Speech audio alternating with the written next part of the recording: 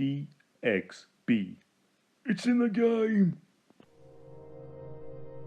Hi guys, my name is Christopher Goldthorn and welcome to my first review for BXB Games. Today I'll be looking at Fugue in Void, a walking simulator that was released on Steam at the beginning of August. Developed by Moshi Link, this is a walking simulator in, you might argue, its purest form. There is no mission, no goal, no objective, other than to experience the world you find yourself in. If you're not into that kind of thing, this game will probably not interest you. For example, when you load it up the first time, you'll see there is only one graphical setting available. Artsy. This is yet another clue as to what kind of experience you're getting with the game. Once you click play, you are thrown straight into the introductory video, which is 10 minutes long. It didn't really do much for me, but I can see how it was designed to set the mood and tone, and I guess it does its job.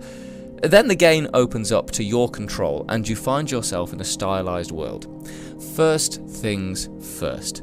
The graphics, particularly the use of light and shade, are strong with this one. The way the light is manipulated at times is clever, and the attention to detail in the textures and overall feel and design of the game is impressive. The sound design is also really high quality, with a pseudo-orchestral score and some very deep and complicated soundscapes that complement the visuals near perfectly.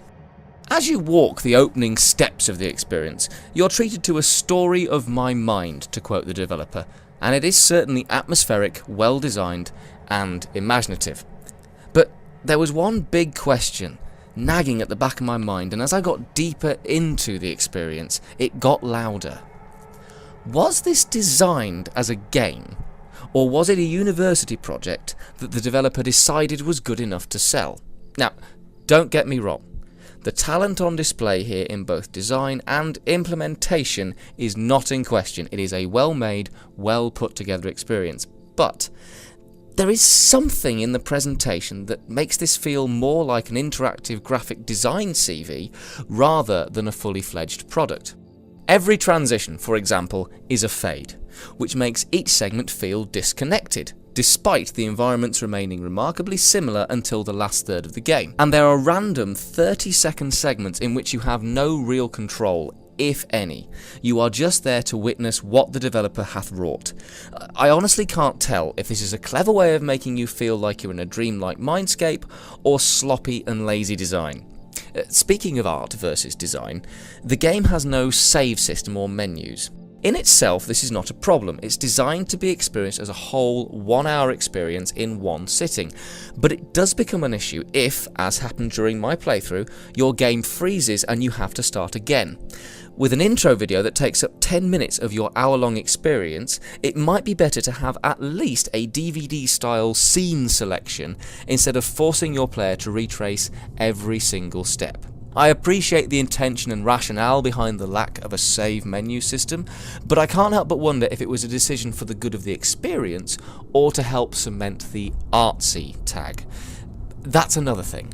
Apart from the use of light, which is clever and certainly worthy of note and merit, and the film grain post-processing effect, I genuinely struggled to see anything genuinely artsy during my experience. I saw stuff that was weird, stylized, even unusual and thought-provoking, but to my mind there was nothing avant-garde, nothing really out there. So that leaves me with a question. Is it genuinely an artistic interpretation of someone's thoughts? Is it a well-produced walking sim with some unusual, not quite out there imagery? Or is it just the last thing someone handed in at university? Honestly, at time of writing, all three opinions are open. It could be a genuinely subtle and provocative experience for your mind, body and soul. Or it could just be some environments the dev had been working on that have been very loosely stitched together and have an artsy title, artsy filter and artsy subplot imposed on them. The bottom line about Fugue in Void is this. I would recommend you take a look, especially if you do enjoy artistic and out there titles. If the names Dear Esther and Gone Home make you wince, don't buy it. But if those two games are in your comfort zone, then Fugue in Void is probably the next step up of walking simulators and where gaming can go as an artistic form, and for just under £5, it's probably worth the risk. Art is by its nature subjective. Some think Picasso is a vibrant genius, others just see geometric shapes. Where you stand on that debate is entirely personal, but just because you don't understand or get something doesn't mean inherently that it's bad. I didn't get Fugue in Void, but that doesn't mean I didn't enjoy it. It's well made, well paced, beautifully presented.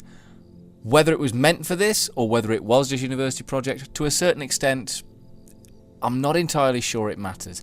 But there is that nagging question, which means that it would have got 4 stars, but I'm going to have to give it 3 because I'm just not quite sure where it's come from. But either way, it's a good little game, and like I say, do go and check it out.